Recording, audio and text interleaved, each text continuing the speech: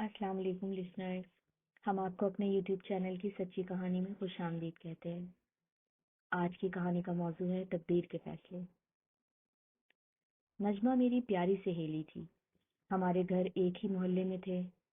ہم دونوں میں بہت محبت تھی، ایک ہی اسکول میں پڑھتے تھے اور ہم جماعت بھی تھے۔ نجمہ ایک نیک طبیعت لڑکی تھی۔ وہ لڑکوں سے دوستی پر یقین نہ رکھتی تھی، اپنی پڑھائی میں مگن رہتی تھی، والدین کی بے حد فرما بردار تھی۔ اس کی تربیت ہی ایسی ہوئی تھی کہ اپنے والدین اور بہن بھائیوں سے ڈرتی تھی۔ یہ ان دنوں کی بات ہے جب ہم 9ویں کلاس میں تھے کہ نجمہ پریشان رہنے لگی۔ میں نے اس سے پوچھا کہ اتنی پریشان کیوں ہو؟ تو اس نے کہا میری امی میری منگنی میرے کزن سے کرنے لگی ہیں، جبکہ میں ابھی شادی کے چکر میں پڑنا نہیں چاہتی۔ میں نے اس سے کہا کہ منگنی ہونے دو، پریشان کیوں ہوتی ہو؟ شادی تو بعد میں ہی ہوگی نا، تم سمجھ نہیں رہی ہو۔ جب منگنی ہو جائے گی تو پھر لڑکے والے شادی کا تقاضا شروع کر دیں گے اور امی ابو انکار نہیں کر سکیں گے، تو میری تعلیم ادھوری رہ جائے گی۔ اس بات سے میں بھی افسردہ ہو گئی کیونکہ میں اپنی سہیلی کو پریشان نہیں دیکھ سکتی تھی۔ میں نے پوچھا کہ کس سے منگنی ہو رہی ہے؟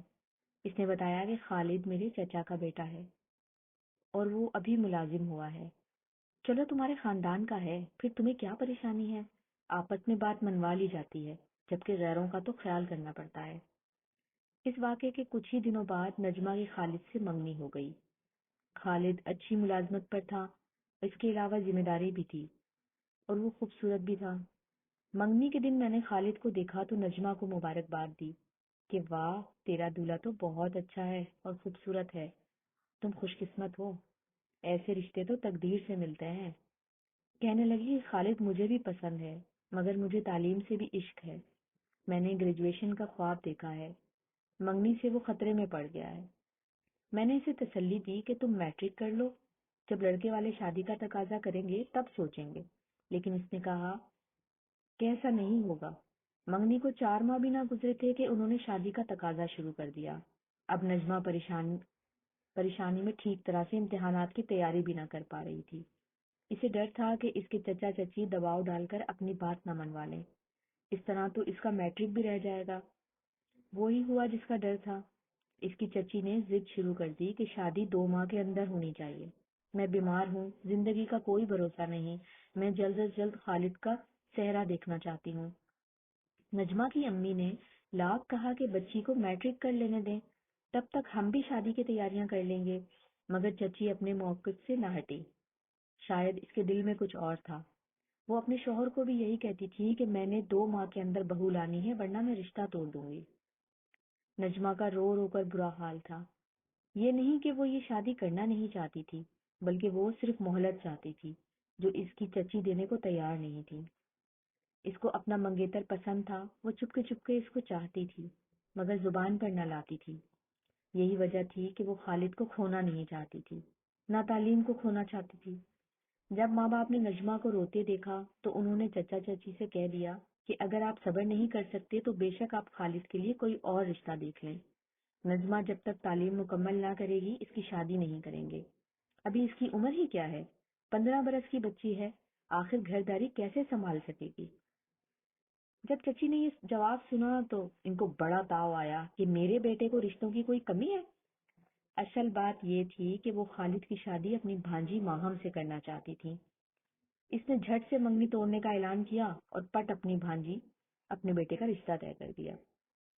خالد کی قسمت میں اس کی خالہ زاد لکھی تھی تو وہ اس کو مل گئی، اور نجمہ کو اس بات کا بہت دکھ پہنچا۔ وہ پریشان رہنے لگی، کہتی تھی اے کاش میں پڑھائی کے لیے ضد نہ کرتی، مگر اب کیا ہو سکتا تھا۔ میں نے نجمہ سے کہا تھا خالد سے خود بات کر لو کہ تم اس کو پسند کرتی ہو، شاید وہ خود ہی کوئی اسٹینڈ لے لیتا۔ نجمہ نے جواب دیا میں ایسا کیسے کر سکتی تھی، میں نے آج تک کسی سے بات کرنے کی ہمت نہیں کی، خواہ وہ منگیتر ہو یا کوئی کزن۔ خود سے بات کرنا بہت معیوب ہوتا، اگر وہ انکار کر دیتا تو میری کیا عزت رہ جاتی۔ خدا کی کرنی تھی کہ انہی دنوں اس کے والد صاحب کو ہارٹ اٹیک ہوا اور وہ آنن فانن اس دار فانی سے کوچ کر گئے۔ اب گھر کا سربراہ نہ رہا تو ان کے مالی حالات بھی ابتر ہونے لگے۔ چھوٹی بہنیں پڑھ رہی تھیں، کوئی اور کمانے والا نہ تھا۔ نجمہ کی امی نے محلے سے کپڑے لا کر سینا شروع کر دیے کیونکہ وہ سلائی بہت عمدہ جانتی تھی۔ ہمارے محلے میں ایک اجمل نام کا درزی رہتا تھا۔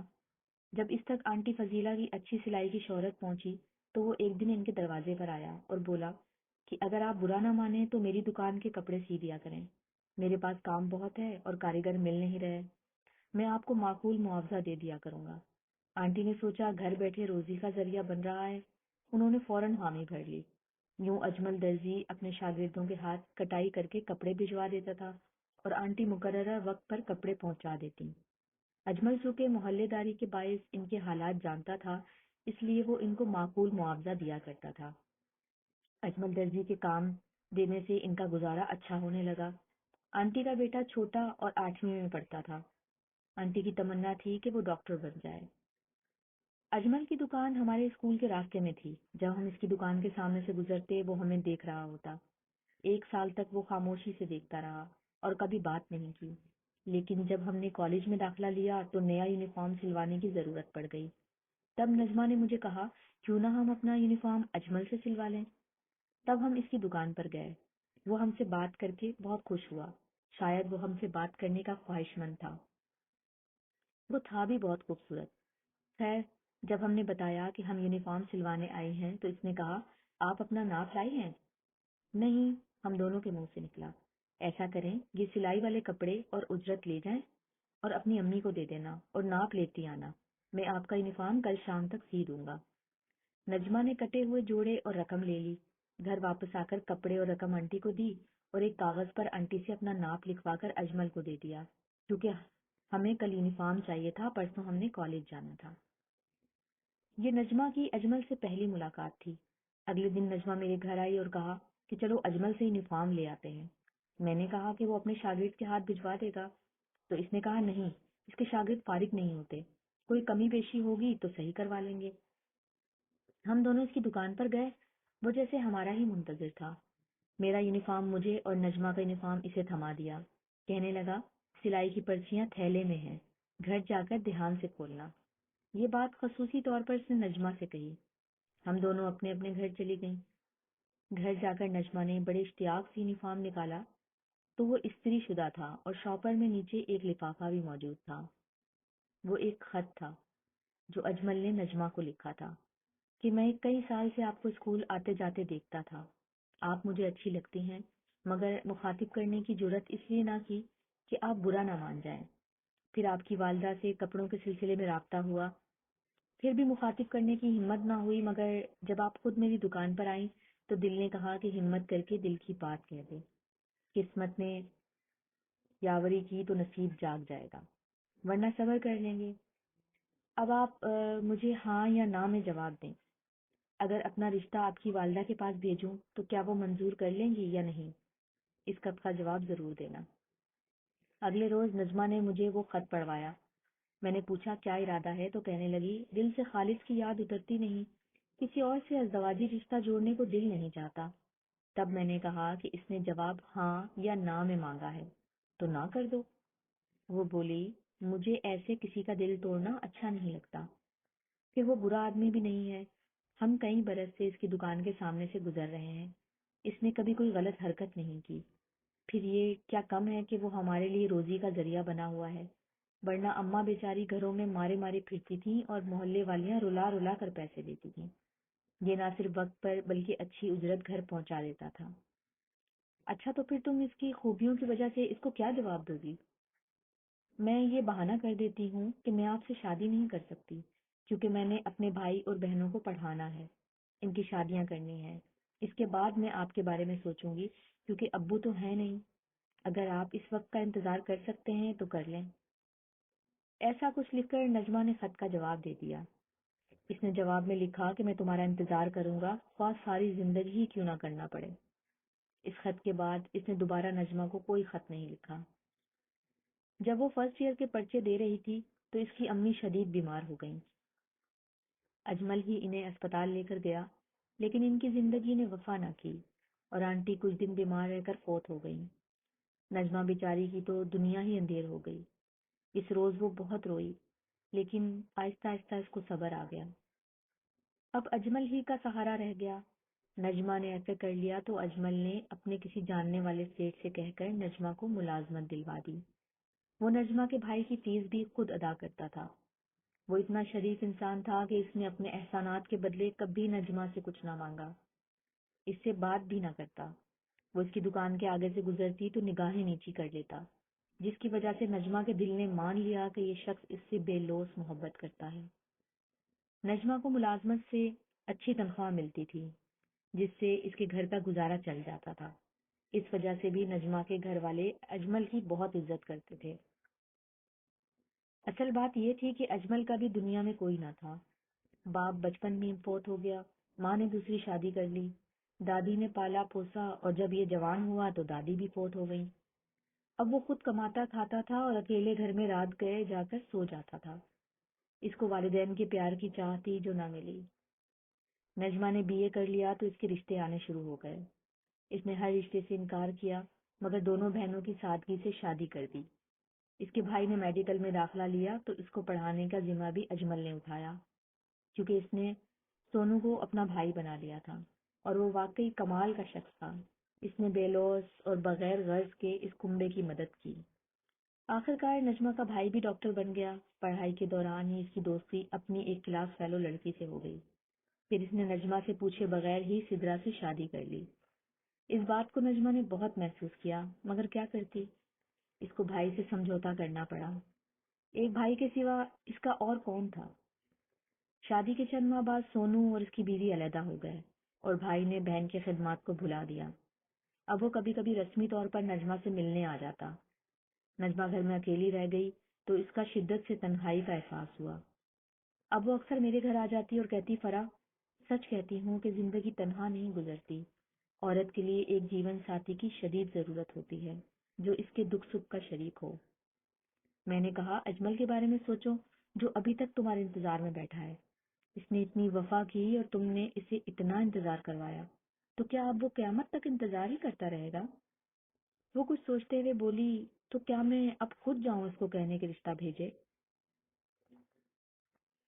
میں جانتی ہوں کہ تم اس سے شادی نہیں کرنا چاہتی، ورنہ جہاں مرضی ہو وہاں رشتہ خود بخود نکل آتا ہے۔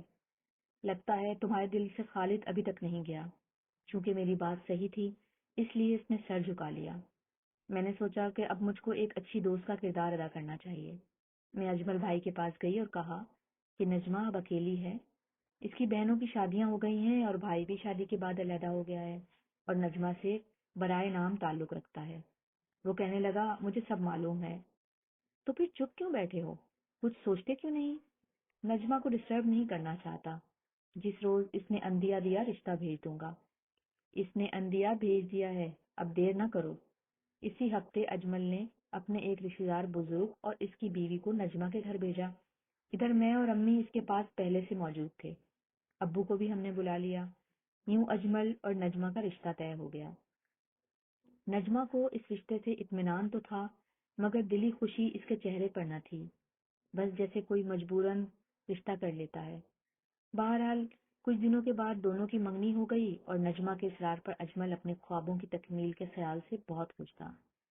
وہ اپنا گھر سجا رہا تھا کیونکہ 2 ماہ بعد اس کی شادی تھی۔ خدا جسے چاہے خوشی دے اور جسے چاہے غم سے ہمکنار کرے۔ نجمہ نے نہ جانے کب خالد سے ایک ہونے کی رو رو کر دعا کی ہوگی، جو برسوں بعد اس وقت قبول ہو گئی جب نجمہ کو اس کا وہم و گمان بھی نہ تھا۔ ایک دن اس کے چچا اور چچی آ گئے، نجمہ کو گلے لگایا اور ہاتھ جوڑ کر کہا کہ ہم تیرے پاس سوالی بن کر آئے ہیں۔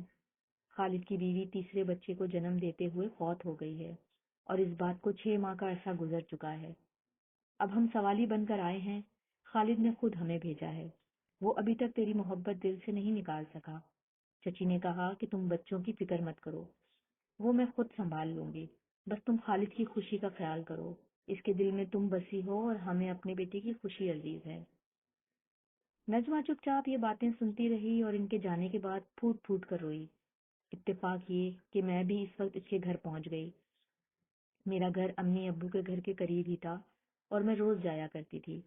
مجھ کو دیکھتے ہی نجمہ میرے گلے لگ گئی اور جتنا غبار نکال سکتی تھی خوب نکالا۔ اب نجمہ دو راہے پر تھی، ایک طرف اجمل کا خلوص، اس کی بے لوث خدمات اور پھر منگنی بھی ہو گئی تھی، دوسری طرف خالد کا رشتہ آ گیا جو اس کی پہلی اور آخری محبت تھا۔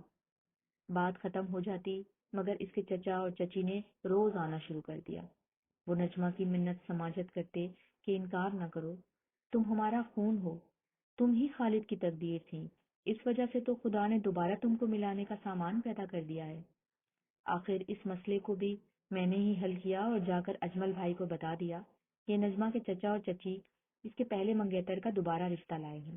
اصل میں نجمہ خالد ہی سے پیار کرتی تھی مگر تقدیر نے دونوں کو جدا کر دیا تھا۔